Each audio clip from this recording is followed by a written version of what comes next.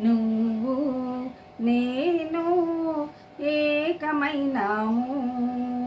నువ్వు నేను ఏకమైనాము. మనమిద్దరము ఒక లోకమైనాము. లోకమంతా ఏకమైనా వేరు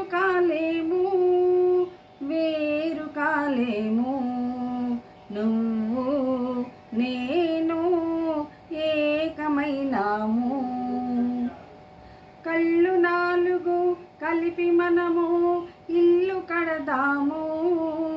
అందులో మన చల్లని వలపు దీపం నిలుపుకుందాము. కళ్ళు నాలుగు కలిపి మనము ఇల్లు కడదాము. అందులో మన చల్లని వలపు దీపం నిలుపుకుందాము.